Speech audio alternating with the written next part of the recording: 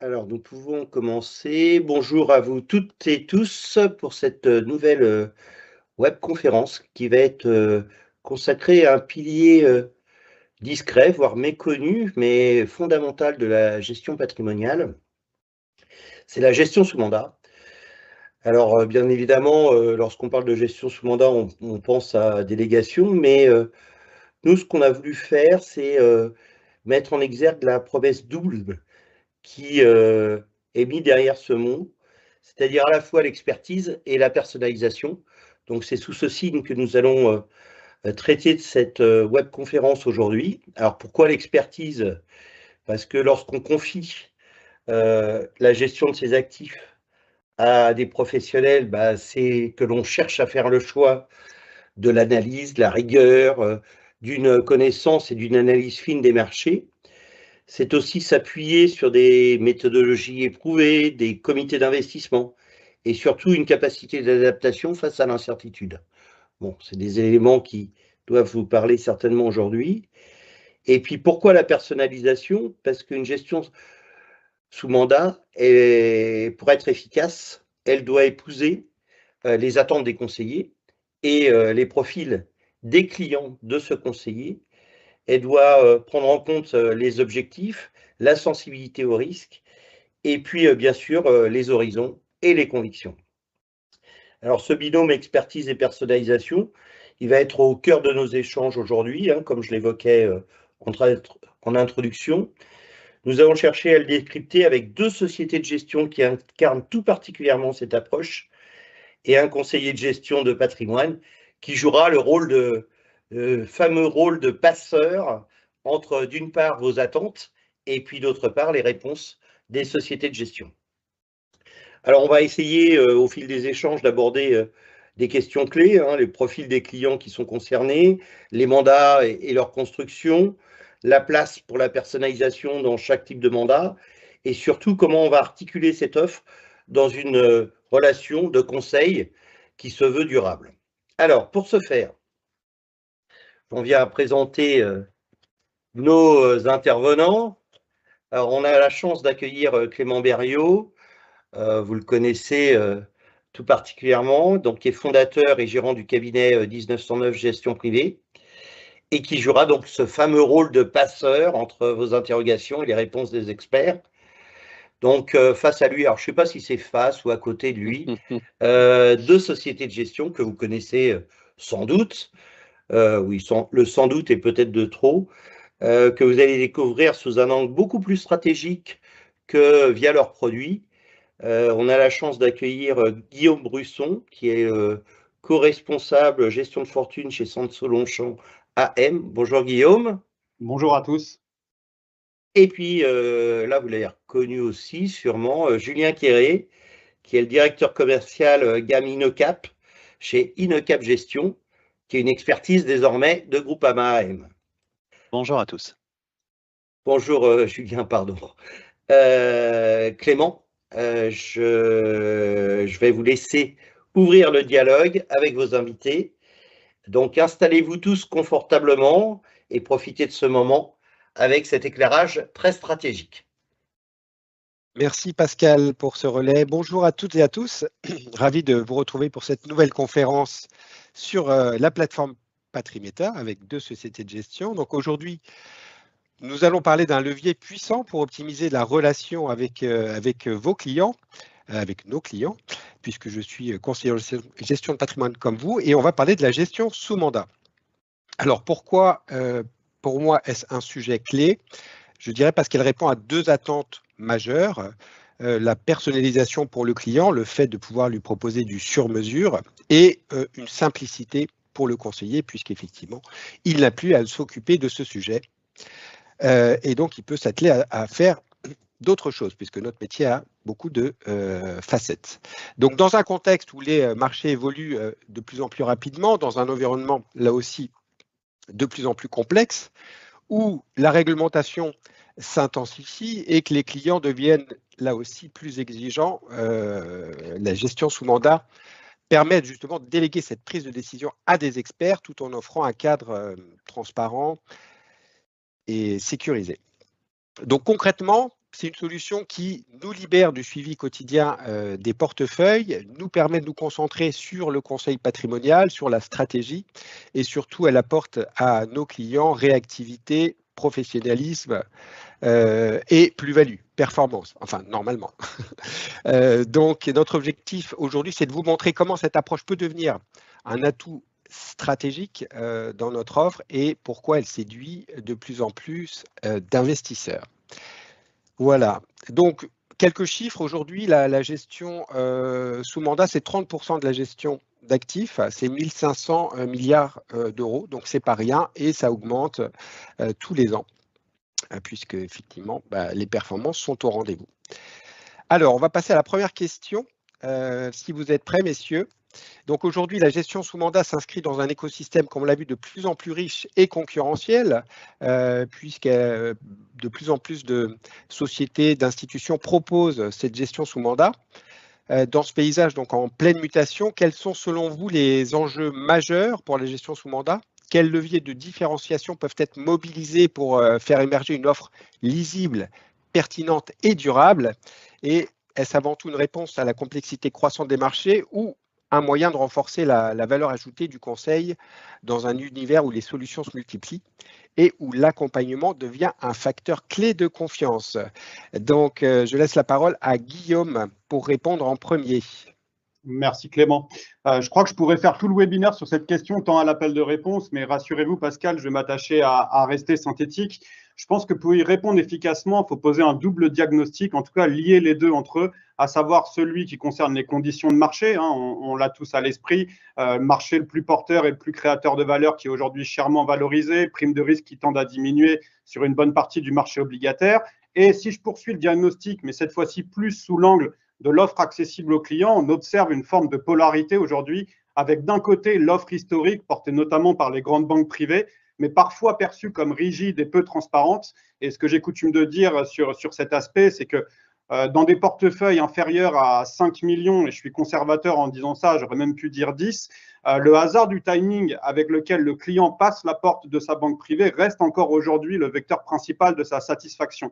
Et à mon sens, c'est là que la gestion sous mandat a une réponse à apporter en se différenciant d'une entrée dans un fonds collectif, en individualisant l'accès au marché financier. C'est probablement lié aux différents éléments que je viens déjà d'aborder, mais face à cette offre historique a émergé, comme vous avez pu l'aborder dans votre question Clément, de nouveaux acteurs digitaux qu'on pourrait appeler les disrupteurs vulgarisateurs, qu'on peut saluer pour leur pédagogie, mais aussi pour l'audience qu'ils arrivent à capter sur un sujet qui n'a pas toujours déchaîné les foules dans l'Hexagone.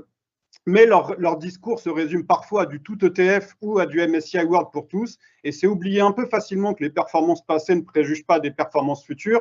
En tout cas, je trouve que la réflexion sur le cycle boursier et sur la construction de portefeuille est parfois négligée sur le pan de cette offre.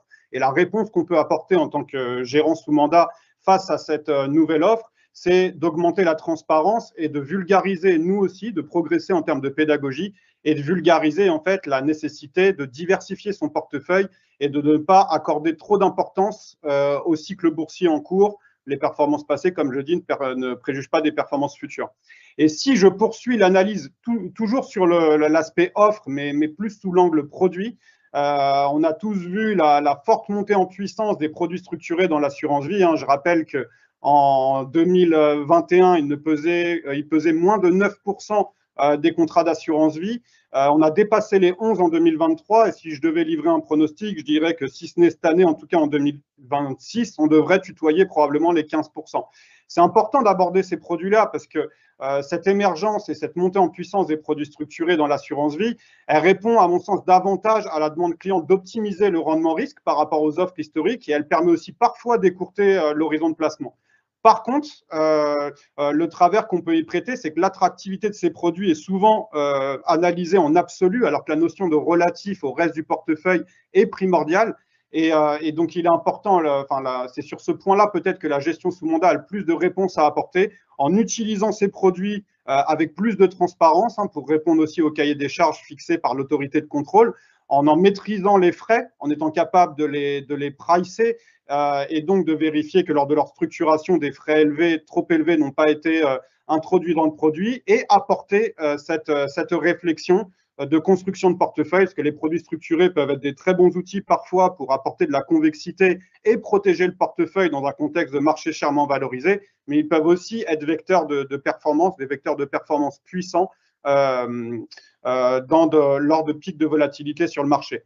Donc, si je devais résumer mon propos sur la réponse que doit apporter aujourd'hui le gérant sous mandat, c'est de redonner du sens et de la cohérence dans un univers d'offres dispersées, parfois même polarisées, comme j'ai pu le dire, en associant performance, lisibilité et, comme ça a été très bien souligné dans la première question, individualisation. Je pense que c'est le mandat principal du gérant sous mandat.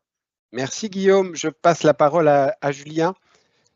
J'ai beaucoup d'éléments que je partage évidemment avec Guillaume, notamment sur aujourd'hui effectivement l'évolution du marché vers des produits structurés, voilà, qui captent quand même énormément l'attention.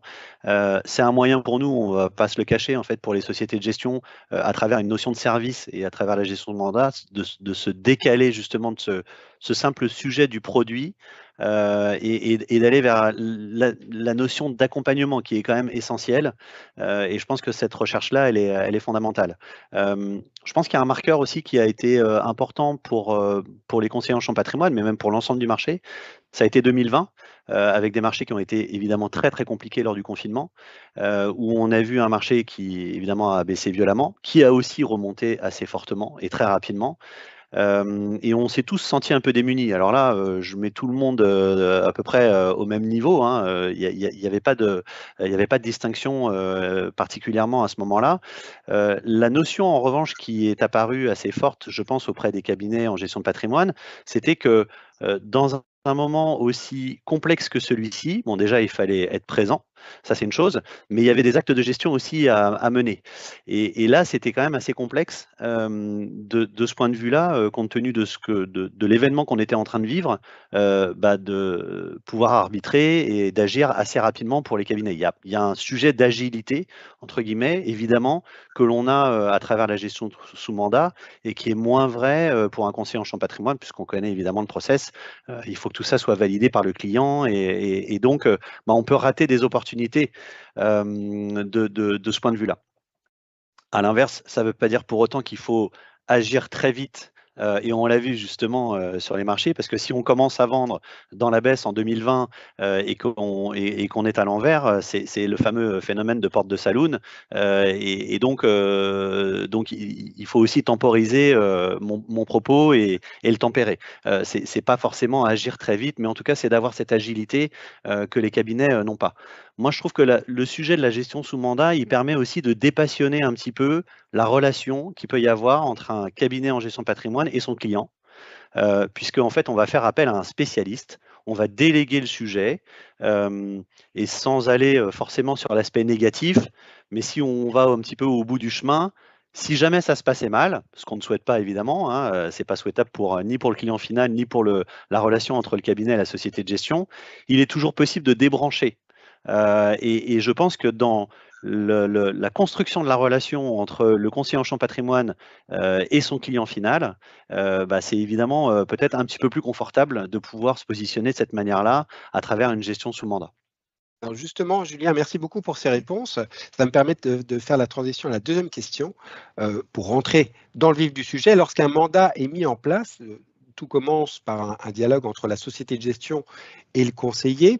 Pouvez-vous nous expliquer comment ce dialogue s'organise concrètement? Quels sont les échanges clés qui permettent de définir le profil du portefeuille, les objectifs de performance, les niveaux et types de risques, mais aussi les contraintes spécifiques? Comment est structuré ce cahier des charges?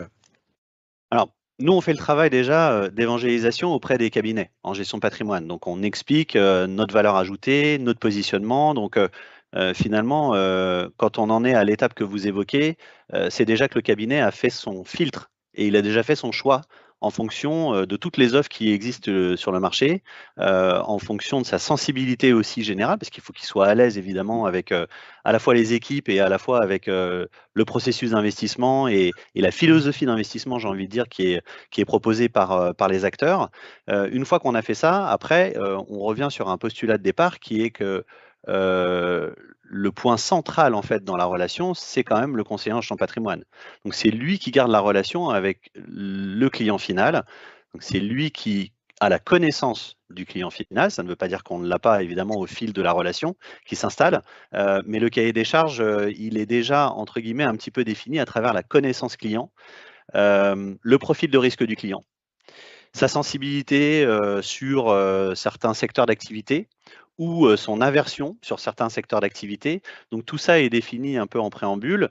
Et j'ai envie de dire, moi je reviens à des éléments qui sont peut-être un petit peu basiques, mais qui sont tangibles et en tout cas qui font aussi qu'on est tous là réunis ce matin. C'est que derrière, il y a une réalité économique et que pour que le conseiller en gestion de patrimoine soit rémunéré dans le cadre de cette gestion pour compte de tiers, il a un travail à effectuer et donc la connaissance du client, ça ne veut pas dire qu'on se décharge sur ces aspects-là, mais il a un travail en amont évidemment de connaissance du client et de fameux KYC pour reprendre le nom barbare évidemment que tout le monde connaît. Très bien. OK. Je passe la parole à Guillaume. Est-ce que vous pouvez nous détailler votre approche ? Alors effectivement, à mon tour de souligner que je partage un certain nombre de points avec Julien. Pourtant, on ne s'est pas concerté en amont pour porter une voix commune. Mais je pense aussi que la clé est la relation tripartite entre le client, le conseiller et le gestionnaire, et que le rôle du CGP, au risque de donner l'impression que j'essaie de flatter notre auditoire, est pivot dans cette relation. Pourquoi ? Parce que c'est lui qui connaît le client, qui connaît son histoire, qui connaît son expérience des marchés. Et comme on l'a abordé dans la première question, la clé est l'individualisation. S'il connaît son client, il sait s'il entre pour la première fois sur les marchés, par exemple après la cession de son entreprise, ou s'il est au contraire dans une logique de valorisation progressive de son épargne depuis 10 ou 15 ans sur les marchés. Dans ces deux cas de figure qui pourraient donner lieu au même cahier des charges, on sent bien que finalement la stratégie doit quand même être quelque peu différente. S'il connaît son historique, il connaît aussi les déceptions passées éventuelles de son client et peut donc contribuer à expliquer, vulgariser et surtout emporter l'adhésion de son client autour d'une nouvelle approche. Donc ça permet du côté du gestionnaire d'ajuster la stratégie en fonction du cahier des charges. Si je bascule maintenant pour répondre à la même question, mais plutôt sous l'angle des enjeux pour le gérant sous mandat, je pense que le gérant sous mandat doit sortir de cette tradition d'intervenir surtout face aux clients en ex post, c'est-à-dire plutôt en justification d'une performance passée et parfois en justification d'une performance passée qui a pu décevoir. Et le rôle du gérant sous mandat est de travailler main dans la main avec le CGP pour co-construire le cahier des charges d'investissement à partir de cette connaissance fine du client. Qu'est-ce que ça veut dire ? Ça veut dire expliquer la logique, emporter l'adhésion et parfois aussi savoir expliquer que la stratégie implique à des moments précis de marché, mais comme celui qu'on est en train de vivre aujourd'hui, ça implique d'accepter davantage un risque de manque à gagner, par exemple en début de vie de portefeuille, plutôt qu'un risque de perte en capital. Et ça doit être intégré dès le départ pour ne pas nourrir une déception éventuelle future. Donc pour résumer, le gestionnaire, selon moi, apporte la méthode et la cohérence, et le CGP apporte la connaissance du client, la pédagogie, et c'est cette alliance entre ces deux parties qui doit rendre la stratégie lisible et crédible. C'est très clair. Merci Guillaume. Alors, pour aller plus loin justement dans la partie technique, la construction du portefeuille, pouvez-vous nous détailler la méthodologie que vous appliquez pour construire les portefeuilles dans le cadre d'un mandat de gestion ? Comment définissez-vous les différentes poches d'investissement?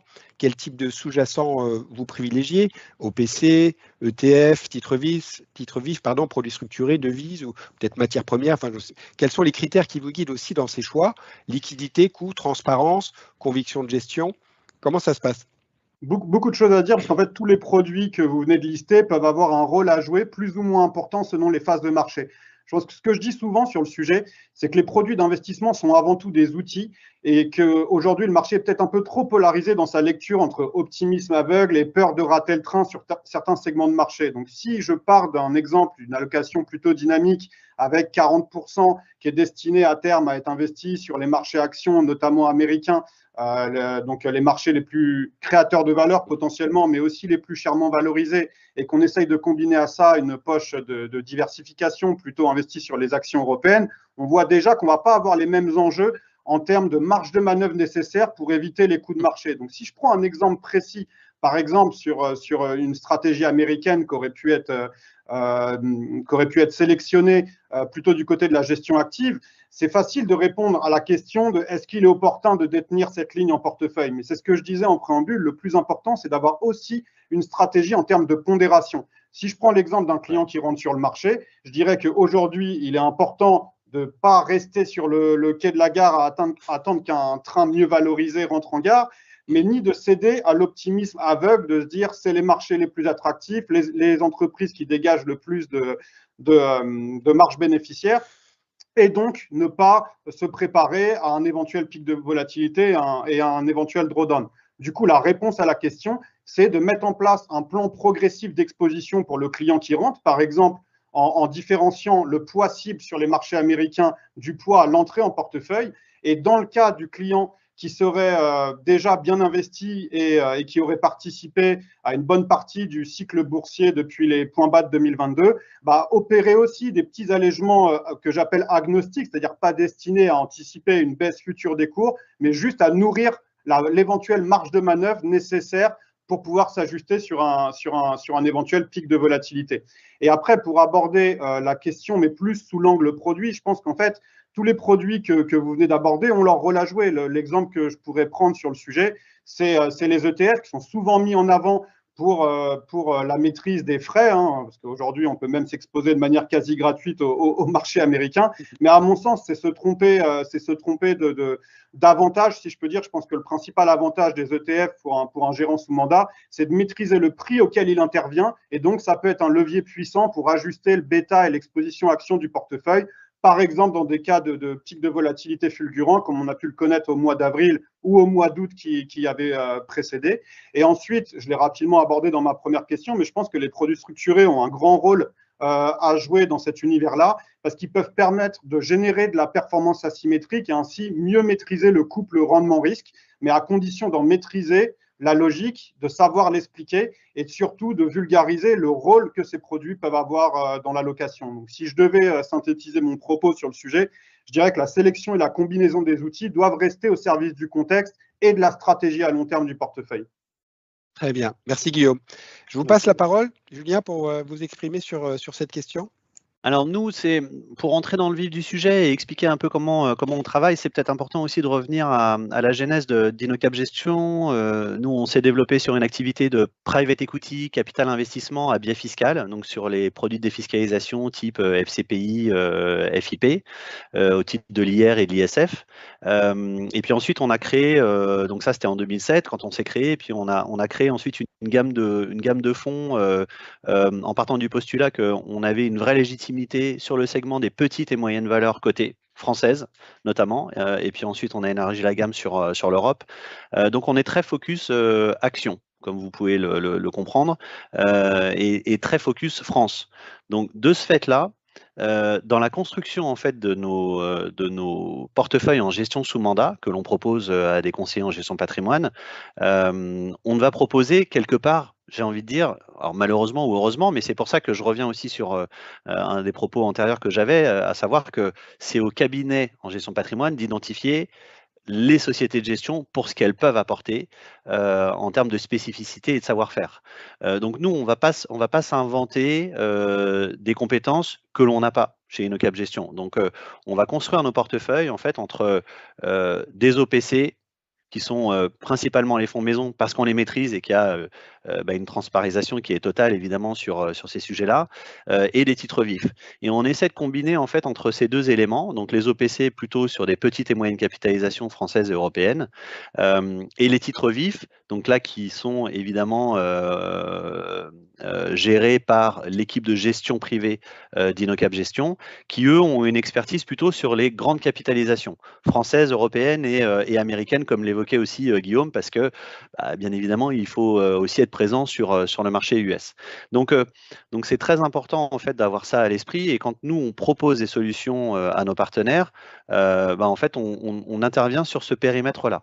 Ce qui évolue aujourd'hui avec le rachat d'InnoCap Gestion par Groupama Asset Management, c'est qu'on va s'adjoindre des compétences complémentaires, et notamment sur la partie crédit et la partie taux. Donc, lorsque nous avons des sollicitations, ou en tout cas jusqu'au rachat, nous avions des sollicitations sur de la trésorerie d'entreprise, par exemple, qui arrive quand même assez fréquemment dans le cadre des actions des conseillers en gestion patrimoine auprès de leurs clients, en fait, on était totalement absent de ce sujet-là. Voilà, on n'y répondait pas clairement en disant ça n'est pas notre terrain de jeu. Donc c'est important de resituer le propos. Nous, on ne va préconiser, mais c'est évidemment le cas aussi chez Senso, mais ils ont une palette qui est beaucoup plus large, mais on ne va préconiser, nous, que ce que l'on sait faire. Voilà. Donc, il faut que les gens soient et que les partenaires soient à l'aise avec cette offre-là. Et on essaie de construire un mix entre OPC et titre vif, encore une fois. Très bien, merci pour ces précisions, c'est très clair là aussi. Alors, je passe sur une autre question, les critères ESG. Donc, on sait tous que ces critères sont au cœur de nombreuses réflexions patrimoniales.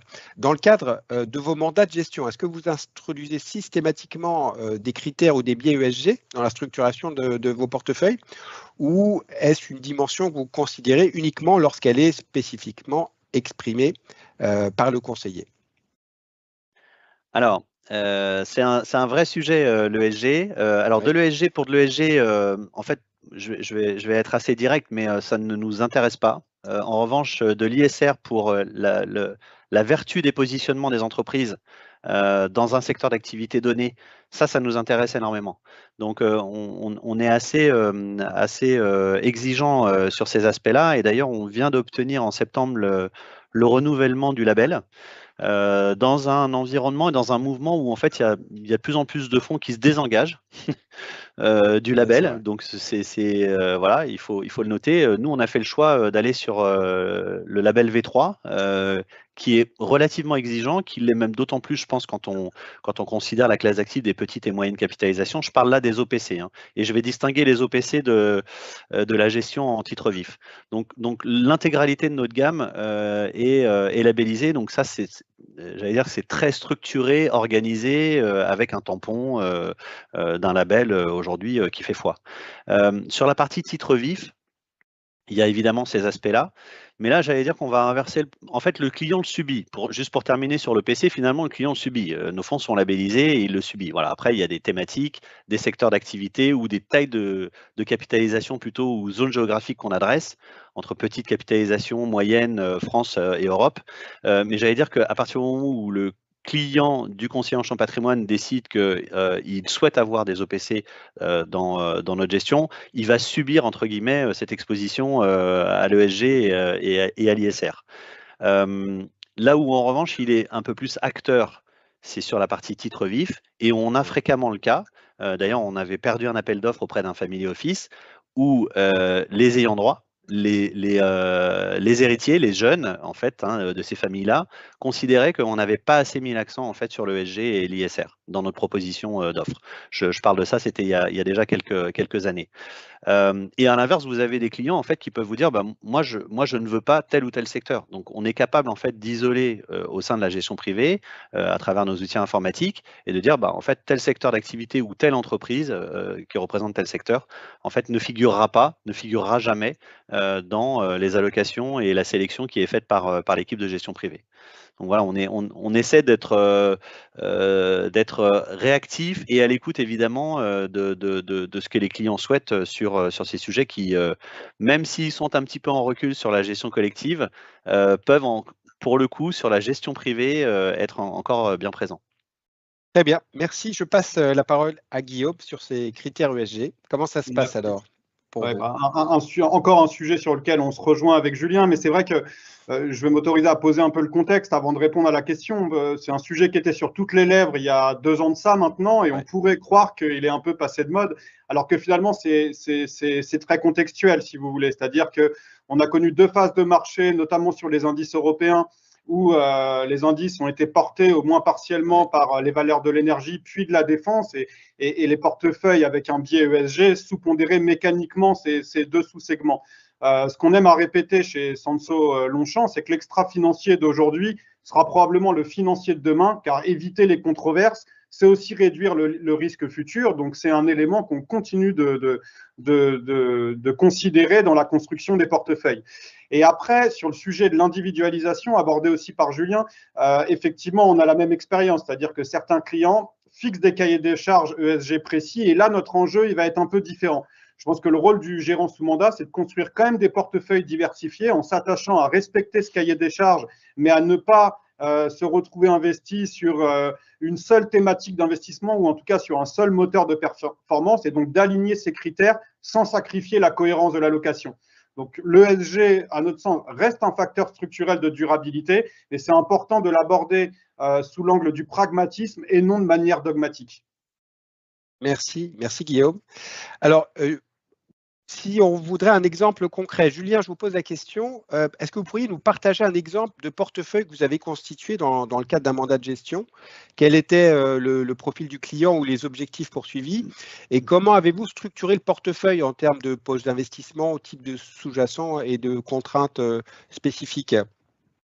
Bon, comme je le disais précédemment, en fait, on va proposer, parce qu'on considère à juste titre et légitimement qu'on a une vraie expertise sur le segment des petites et moyennes valeurs, alors qui n'est pas en ordre de sainteté, je le concède. Si on ajoute par-dessus la thématique ou en tout cas la zone géographique France, ça l'est encore moins compte tenu de l'instabilité politique dans laquelle on est, mais on essaie d'être un petit peu contrariant aussi sur ces sujets-là, notamment par le fait, et je rentre un petit peu dans le détail, mais c'est je pense assez intéressant parce que j'ai souvent l'objection quand on parle de nos OPC et que j'en fais la promotion ou en tout cas que j'évangélise sur notre offre, j'ai souvent l'objection de me dire non mais en fait tu es en train de me parler de la France, c'est super mais c'est beaucoup trop restrictif, il faut raisonner monde et voilà. Donc notre élément de réponse en fait c'est de dire on est investi dans des valeurs françaises, certes. Il y a un énorme avantage que nous, on considère être très important, en tout cas au quotidien pour l'équipe de gestion, c'est l'accès au management. C'est-à-dire qu'en fait, on a accès aux dirigeants. Voilà. Et quand j'évoque, et c'est pas anodin si j'ai évoqué la genèse d'InnoCap Gestion, quand on évoque le sujet du capital investissement, en fait, on a transposé cette approche de capital investisseur dans la gestion action cotée. Ça va jusqu'à des visites de sociétés où on emmène nos partenaires conseillers en gestion de patrimoine pour les éduquer et leur faire toucher du doigt, entre guillemets, les entreprises dans lesquelles nous sommes investis et surtout dédiaboliser ce sujet de l'entreprise est française, l'entreprise est petite. Bah oui, en fait, il y a des entreprises françaises et petites, entre guillemets PME ou ETI, qui fonctionnent très bien, qui sont des leaders sur leur marché et qui sont très rentables, très solides, très saines et il n'y a pas de sujet. Et quand on ajoute la dimension qui est un de nos critères de dire bah, on veut des entreprises qui réalisent l'essentiel de leur chiffre d'affaires à l'international, bah déjà on atténue ce sujet ou cette crainte qu'on peut avoir sur la construction du portefeuille à travers une stratégie française petite capitalisation pour synthétiser. Donc ça reste quand même un peu au cœur du portefeuille. Néanmoins, on peut avoir des clients qui nous disent « moi je ne veux pas du tout d'OPC ». Et à ce moment-là, bah, en fait, on va leur proposer une allocation 100% en titre vif. Je prends un exemple d'un portefeuille d'un client qui n'a pas de contraintes ou en tout cas pas de frein sur la prise de risque et le sujet action, qui est quand même notre domaine d'expertise. Ça tombe bien, il est venu chez nous. Il vaut mieux que ce soit dans ce sens-là. On va construire un portefeuille avec entre 30 et 40% sur nos fonds. Et ensuite, 60% sur une poche en titre vif, où là, encore une fois, on va jouer la complémentarité plutôt grande capitalisation. Et si on est sur un compte titre, bah, on peut même aller évidemment sur des valeurs américaines où on sait qu'il y a, et on l'a vu notamment en 2023, mais Guillaume me corrigera si je me trompe, où il y avait un vrai décalage et on voyait les effets bénéfiques 23 et 24, on voyait les effets bénéfiques d'avoir au sein de son portefeuille des valeurs US. Et quand on compare une enveloppe PEA qui est évidemment contraint à la France et à l'Europe, et une enveloppe compte titre ordinaire ou assurantiel, bah, on s'aperçoit en fait qu'il y avait un décalage qui était assez significatif. Donc voilà, c'est un portefeuille que l'on gère pour un client que j'ai en tête depuis 2019. Alors l'idée, c'est pas de présenter l'appartement témoin, hein. Il y a des années négatives évidemment, hein, mais c'est un portefeuille qui réalise une performance d'un peu plus de 60%, je crois, depuis 2019, avec des aléas. Guillaume l'évoquait, il y a des à-coups de marché, il faut être capable de les assumer. Mais en revanche, je trouve ce qui est très intéressant, en tout cas dans la stratégie que nous on présente, et on le voit au travers des échanges qu'on a avec les clients, c'est l'intérêt en fait qu'ils portent à leur portefeuille et à la construction de leur portefeuille. À travers un OPC, bon, on a une multitude de lignes derrière. C'est pas une question d'opacité, c'est pas du tout le propos, parce qu'il y a des reportings, donc il y a de l'information évidemment qui est communiquée, mais on n'a pas le même affect qu'à travers un titre vif. Et donc, en fait, on a des clients en face de nous qui sont relativement concernés en fait, par les valeurs qu'ils ont en portefeuille, qui s'intéressent à l'histoire de ces entreprises. Et c'est ça qui, je trouve, fait le sens dans ce métier. Merci, Julien. Alors, question identique pour vous, Guillaume? Oui. Alors, aucune correction à apporter, donc je vais pouvoir répondre tout de suite. Même si c'est vrai que c'est difficile de répondre à cette question sous l'angle d'un seul portefeuille ou, comme tu disais, Julien, d'un appartement témoin, parce que justement, la philosophie défendue dans les précédentes questions, c'est d'individualiser la construction selon le cahier des charges du client. Donc, rassurez-vous, Clément, je vais quand même répondre à la question, mais peut-être en prenant deux exemples un peu extrêmes. Le premier d'un portefeuille très prudent avec une forte exigence de maîtrise du risque. Sur ce cahier des charges-là, on va plutôt combiner l'expertise obligataire interne, qui est à mon sens une des meilleures de la place, et la sélection de fonds externes pour se combiner à elle, en évitant à court terme de surpondérer le segment du high yield, parce qu'aujourd'hui les primes de risque sont très compressées. Et dans ce type de mandat, on va préférer des expositions, comme j'ai dit, de qualité investment grade, qu'on va coupler dans le temps avec une poche de produits structurés qui sera alimentée progressivement au fil des opportunités de marché pour apporter un peu de portage, mais parfois aussi de la convexité et sans dégrader le profil de risque global.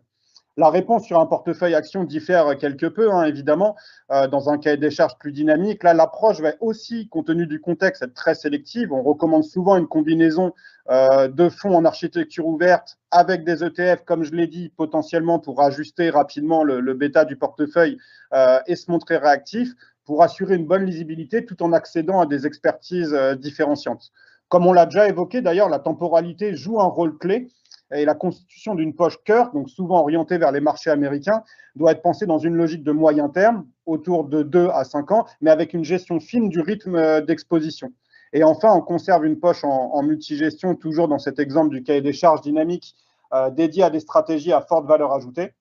Et donc, plus qu'une allocation figée, en fait, ce qui prime vraiment dans la démarche de la gestion sous mandat chez Sansot Longchamp, c'est la temporalité et la cohérence d'usage des outils que je viens de mentionner pour savoir quand et comment les activer plutôt que d'imposer une répartition type uniforme à tous nos clients.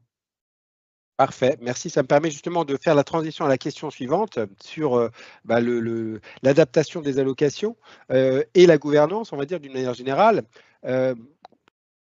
Quelle est cette gouvernance justement? Comment vous la mettez en place? Comment ça s'organise concrètement, que ce soit le pilotage des portefeuilles, la réactivité des ajustements, à quelle fréquence ou quelle forme? Est-ce que vous pouvez nous en dire plus, Guillaume, s'il vous plaît? Avec plaisir, c'est la question du webinaire la plus facile pour moi, parce que c'est ce qui m'a amené à prendre la décision de rejoindre les équipes de Sansot Longchamp. Mais je suis convaincu que pour être un bon gérant sous mandat, qui est finalement un généraliste, c'est important de pouvoir s'appuyer sur un travail d'équipe et une gouvernance efficace. On a chez nous une équipe obligataire que j'ai déjà mentionnée sous la responsabilité d'Étienne Gorgeon, qui, au-delà du fait de pouvoir profiter de produits d'investissement efficaces, nous apporte sa lecture fine du marché, parce que comme j'ai coutume de le dire, c'est vrai que les éditoriaux financiers aiment analyser le marché sous l'angle de la performance des marchés actions, mais s'il y a bien un élément que nous rappelle les 2-3 dernières années, c'est que la lecture du marché obligataire, en fait, va influencer, en tout cas, de cette lecture découle le comportement de nombreuses classes d'actifs, et donc c'est important de pouvoir s'appuyer sur une équipe solide sur le sujet. C'est évidemment vrai aussi sur les équipes actions. Je pense notamment à toute l'approche développée par Michel Ménigoz, qui non content d'afficher une très belle performance sur son fonds action européenne cette année, a aussi développé un certain nombre de modèles quantitatifs qui nous permettent d'augmenter, en fait, d'optimiser la robustesse de nos analyses et de nous appuyer sur un ancrage fondamental sur la lecture du marché action. Et comme je n'ai pas le temps de citer toutes les expertises maison, ce que je vais citer également, c'est le comité macro qui permet de réunir, de croiser les visions de tout le monde. Et ça, qu'on parle finalement d'exposition au crédit en termes de duration ou au contraire sur le high yield, c'est important de pouvoir s'appuyer sur des équipes riches. Et après, sur le dernier segment que je voulais aborder, qu'on a aussi évoqué dans les précédentes questions, le sujet des produits structurés, c'est important que la société de gestion dispose de l'agrément produits complexes pour pouvoir opérer cette diversification à laquelle je faisais référence dans la première question et pour permettre d'intégrer les produits structurés comme vecteur de performance dans les mandats. mais aussi ça va intéresser notre auditoire d'alléger la contrainte administrative de nos partenaires CGP sur ces produits. Très bien, merci. Alors Julia, à votre tour pour répondre à cette question. Alors nous, quand on était ISO InnoCap Gestion seul, il y avait un comité de gestion, à la fois gestion privée une fois par semaine, et puis un comité avec la gestion collective, puisque comme vous l'avez compris, au sein des portefeuilles, on retrouve, pas systématiquement, mais on peut retrouver quand même un socle investi sur nos fonds petites et moyennes valeurs. Donc il y avait un comité de gestion qui se tenait. Ces comités, depuis que nous avons intégré Groupama, se tiennent toujours, donc à fréquence hebdomadaire. Donc ça, c'est très important. La dimension qui change en revanche radicalement, c'est le fait de pouvoir s'appuyer sur une institution française qui est l'une des 10 premières institutions françaises. Je parle de Groupama Asset Management, avec évidemment tout ce que ça peut apporter, notamment sur la partie macroéconomique.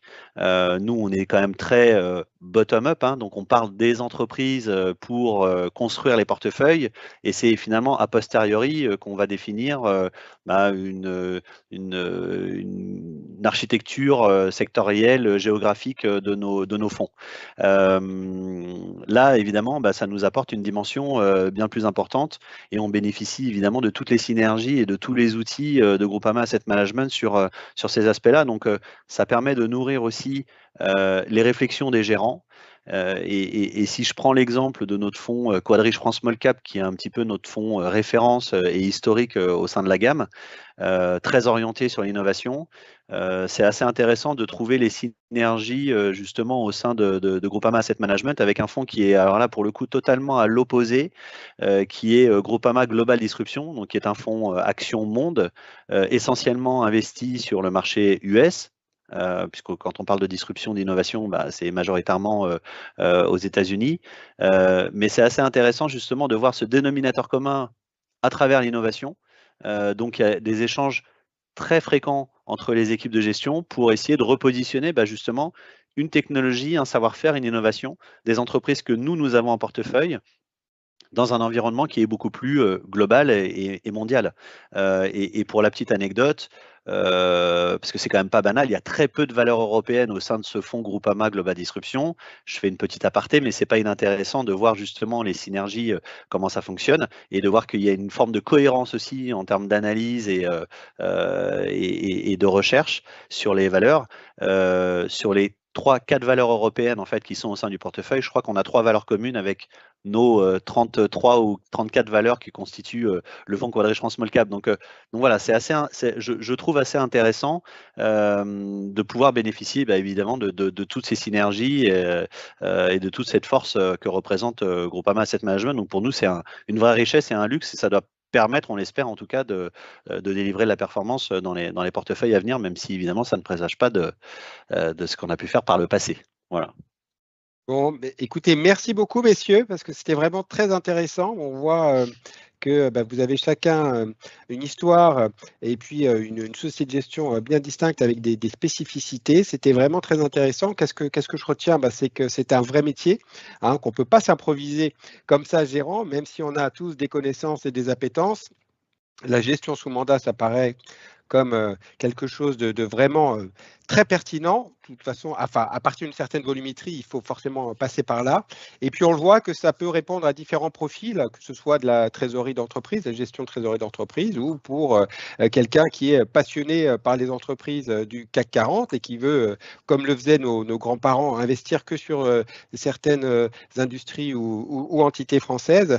Merci beaucoup. En tout cas, on voit que voilà, la gestion sous mandat a encore un rôle à jouer, et on n'en a pas beaucoup parlé, on en a parlé un petit peu, mais je pense que là aussi c'est important, et je parle pour moi, c'est que ça nous permet d'une part de nous libérer d'un poids, que ce soit le poids réglementaire, mais également le poids de la relation client vis-à-vis de la gestion de son patrimoine financier. Merci messieurs, je passe la parole à Pascal pour les questions éventuelles du chat. Alors, merci Clément. Avant qu'on aborde les questions de la salle virtuelle, je vais vous présenter très rapidement les stands d'Inocap et Inocap Gestion et de Sanso Longchamp, si la technologie ne m'abandonne pas. Voilà, je pense que vous voyez la page vitrine que vous connaissez assez bien maintenant. Alors, je reviens pas sur toutes les fonctionnalités de la plateforme, notamment sur le fameux requêteur qu'on a appelé le concierge, qui vous permet de trouver les bons produits pour vos clients, et c'est une base qui s'enrichit régulièrement, hein, je dirais même hebdomadairement, hein, d'une part par le nombre de stands que vous avez maintenant sur la plateforme, hein, puisqu'on doit être proche des 25, hein, on espère être à près de 30 à la fin de l'année, et puis de part donc les produits qui sont associés sur l'ensemble des stands. Si on regarde effectivement sur les stands qui nous concernent aujourd'hui, vous allez avoir effectivement sur ces deux exposants deux très jolis stands, hein, puisque un jour ou l'autre, j'espère qu'on pourra faire un concours, un concours de beauté sur les stands qui sont présentés, puisque les deux ont travaillé particulièrement le design de leur stand, avec côté Sanso, bien évidemment toute l'équipe commerciale que vous pouvez capter à la fois par chat en visio directement et poser toutes les questions. Aujourd'hui, on a mis en place un nouveau dispositif puisqu'on va rajouter un collègue virtuel qu'on est en train de développer et qui permettra, lorsque l'équipe commerciale est absente, de l'interroger sur les premières questions dont vous aurez besoin. Bien évidemment, il ne vous conseillera pas, mais il sera là pour informer les conseillers et ensuite, effectivement, il passera le ballon à l'équipe commerciale. Donc, sur ce stand que vous voyez, vous allez retrouver, bien évidemment, tous les produits de l'équipe Sanso Longchamp avec les dernières vidéos marquantes sur les sujets et leurs convictions, et puis les différentes typologies de produits classiques, collectifs qui vous sont proposés.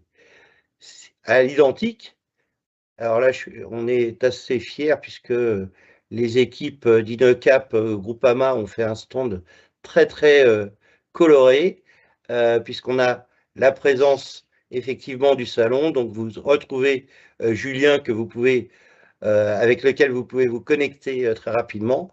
Et là, lorsque vous cliquez sur le kakémono, vous allez retrouver les fameux produits dont a parlé Julien pendant cette présentation, et puis les différents liens et présence avec un magazine qui s'appelle Immersion, qui vous permet de rentrer dans le détail des produits.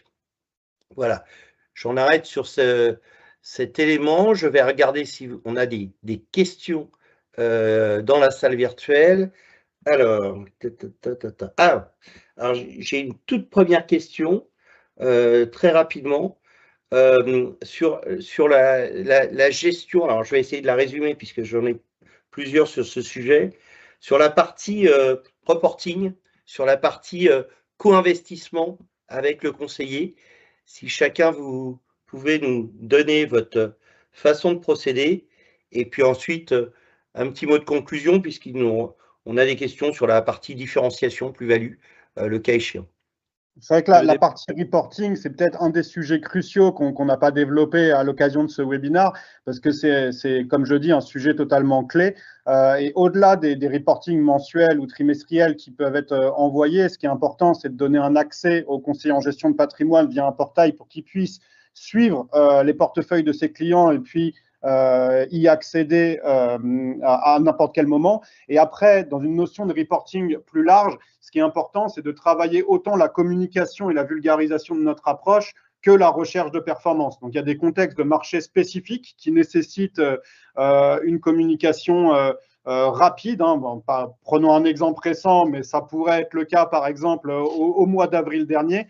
Donc, c'est important de combiner cette approche, comme je l'ai dit, reporting transmis de manière régulière et accès au suivi de portefeuille à une communication précise sur des sujets plus contextuels, mais à forte dimension stratégique. Et nous, de notre côté, on a développé un outil qui permet un effet miroir en fait avec les partenaires. Et puis en fait, on a tout simplement aussi O2S, Harvest, qui est quand même pas mal utilisé malgré les quelques écueils qu'il y a pu y avoir il y a quelques semaines ou mois. Mais en tout cas, ça permet d'avoir un effet miroir et que les cabinets aient en instantané, tous les soirs, la mise à jour en fait des portefeuilles de leurs clients qui sont concernés. Donc déjà, ça les implique. Ça, c'est très important. Et puis ensuite, si évidemment il y a besoin de faire des points avec les conseillers en champ patrimoine, on les fait très volontiers. Ça, il n'y a évidemment pas de débat là-dessus. Et en ce qui concerne les clients, on va dire que sur une fréquence, alors même si j'aime pas trop le sujet de catégorisation de clientèle, mais on va dire qu'on va être sur une fréquence entre 6 mois, enfin 2 fois par an, une à 2 fois par an. Voilà, c'est un bon rythme. Pour certains clients qui sont plutôt des entrepreneurs, qui ont des enveloppes significatives chez nous à travers un family office, on est plutôt sur un rythme mensuel. Voilà, mais parce qu'on a un cahier des charges un petit peu spécifique, mais on sait s'adapter et on est disponible. Et voilà, c'est relativement ergonomique. On a mis en place des outils qui fonctionnent très bien avec les partenaires. Merci à vous tous. Je pense qu'on arrive au bout de cette session. Donc, je laisserai le mot de la fin à Clément, mais ce que je voudrais d'abord, c'est vous remercier pour la qualité de vos propos et la clarté surtout de ces derniers pour bien expliquer à la fois votre offre et comment cette offre s'insère dans le dispositif d'un conseiller aujourd'hui, et d'autant plus, je le pense. Et puis, je n'ai plus qu'à vous dire au 4 décembre, puisqu'on aura une journée qui sera consacrée, en tout cas une heure qui sera consacrée plutôt à la partie optimisation fiscale avant les fins d'année, puisque je pense que ça sera le bon moment de faire les tout derniers ajustements. Et puis une dernière session vers le 15 décembre qui sera tournée à la fois encore sur la partie taux, puisque c'est une thématique qui est assez forte cette année. Voilà, merci à tous. Merci à tous. J'ai pas d'autres choses à ajouter. C'était vraiment très intéressant. Je remercie Julien et Guillaume pour leurs explications claires. C'est pas toujours facile d'avoir autant de questions sur des sujets aussi complexes, mais je pense qu'on a eu des très bons éléments de réponse et que ça donne envie de se plonger dans le sujet et puis peut-être de les contacter pour avoir plus de détails. Merci en tout cas d'avoir joué le jeu. Merci Pascal. Merci Clément. Bonne fin de journée à tous. Merci pour cette animation. Merci Clément. Avec grand Bonne journée à plaisir. tous. Merci. Excellente journée, merci.